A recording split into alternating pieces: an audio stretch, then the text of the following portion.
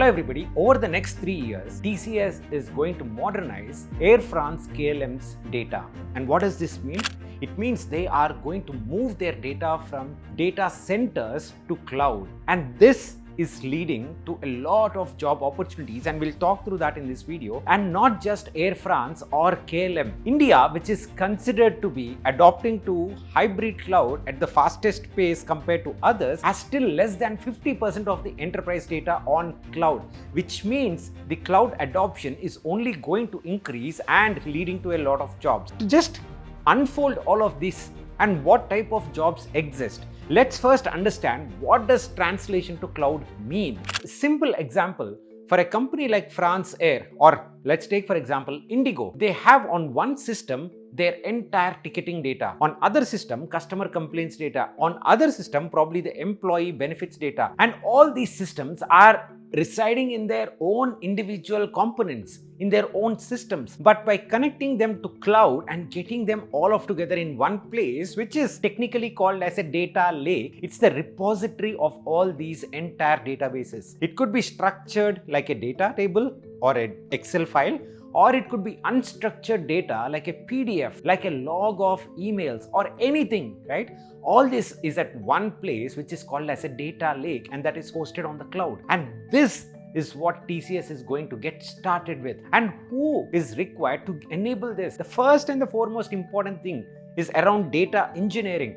You need people to build those virtual pipelines from existing systems to a data lake. And these existing systems will continue to operate, but they will collect the data, and that data directly is then pumped into this data lake. Now you might ask a simple question: why do we need a data lake? Why can't we just have it in SAP or some other ticketing system or anything else? Because these data lakes will be helpful for companies to make data useful and be ready for analytics. Otherwise, combining all these systems is not possible. That is the exact reason why Air France and KLM, when they released the statement, they mentioned that we are going to be a data-driven company going forward, which was not possible with all of these things. So the first job role, guys, very clear, is data engineering, building these data lakes and building data warehouses on top of these data lakes, which is apparently called a lake house. And all of these things are done through tools such as Databricks, Snowflakes. And if you are just getting started, or if you want to develop a different type of a skill set, these tools are very interesting, and these provide a long-term career opportunity. At least that's what I'm reading, and that's what I'm finding every single place. Even in an AI-driven world, you still need people to build these virtual pipelines and use that data from whether it is a data lake or a data lake house, right? Very clear. Now, the second set of jobs that are also created by the same exercise is cloud architecture. You need people who can design this data, who are modeling how the data should be stored and how to optimize for the overall cloud cost. And these are called as cloud architects, data designers. And these are the new set of roles that are only going to increase in numbers, because as I already mentioned, less than 50% of enterprise data from an Indian context, which is apparently the fastest moving in the adoption of hybrid cloud, is still not on cloud. So cloud architects, data engineering, these roles will continue to increase. There is a lot of qualitative analysis that I have been doing over the last few weeks, and the results have been very consistent that these two are going to increase. And before we move into the next section of the video, a quick shout out to our partners for today's video, Odin School's generative AI course that they have launched in collaboration with E&ICT Academy, IIT Guwahati.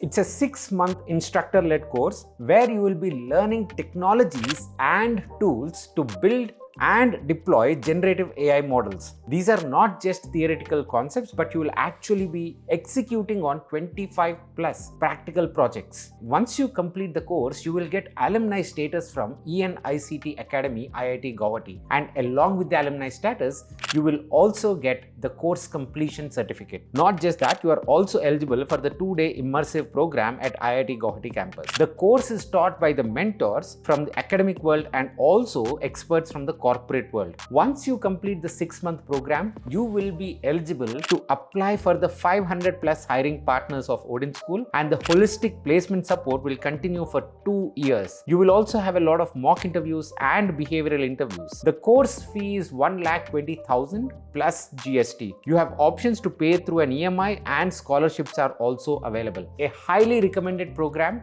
So please go ahead and check out the program through the link in the description. Now coming back into the video, there are another set of jobs which are again coming into the market, and there are a few clear inputs from where these jobs are going to get created. Recently in an interview, Salil Parekh, the CEO of Infosys, has mentioned that they are developing right now for a client a multi-agent framework. And what is a multi-agent framework mean? We need to understand that so that we know what are the job roles that are coming out of it and what could be a good fit for us.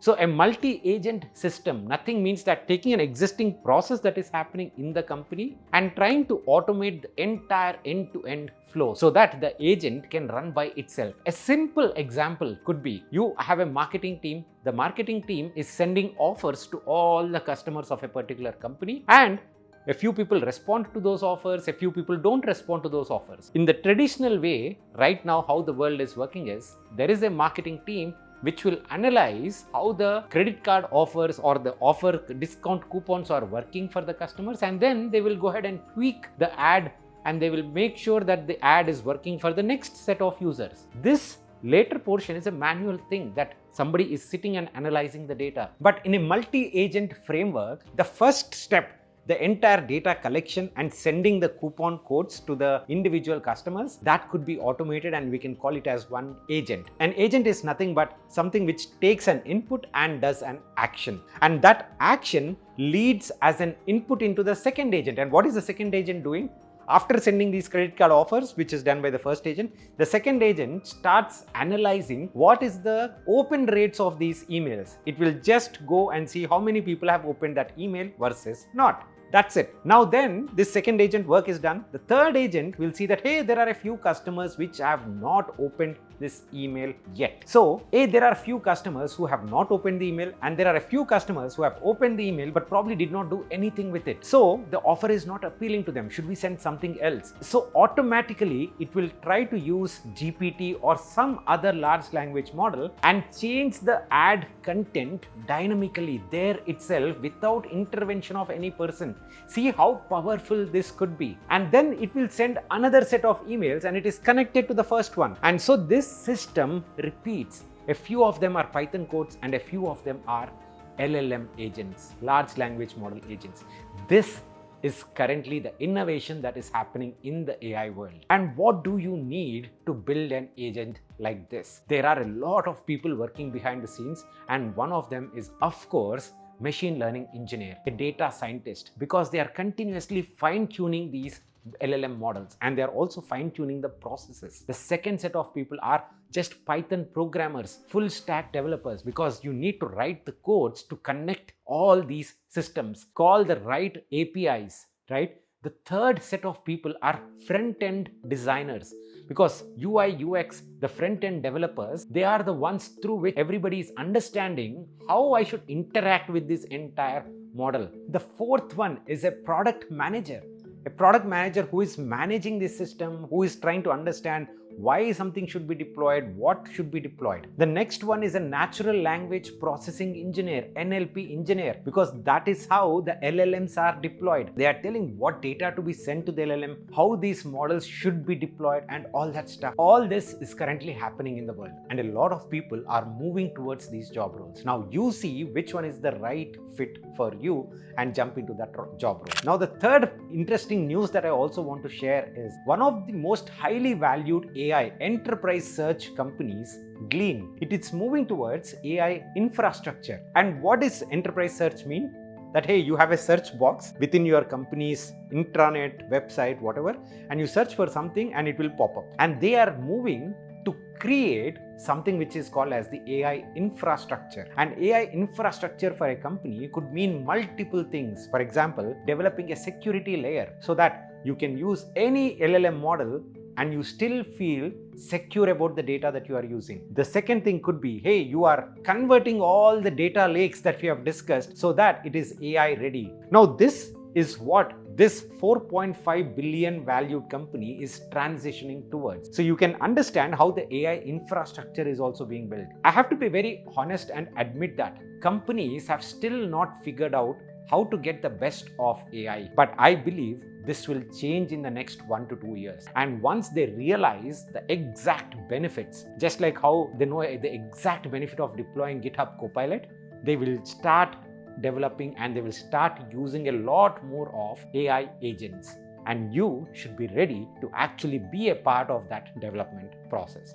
I hope this video is helpful. I know it went into a little bit of technical details, but I hope you understood everything. Please do share it in your network if you find it helpful. See you again in the next one. Bye-bye.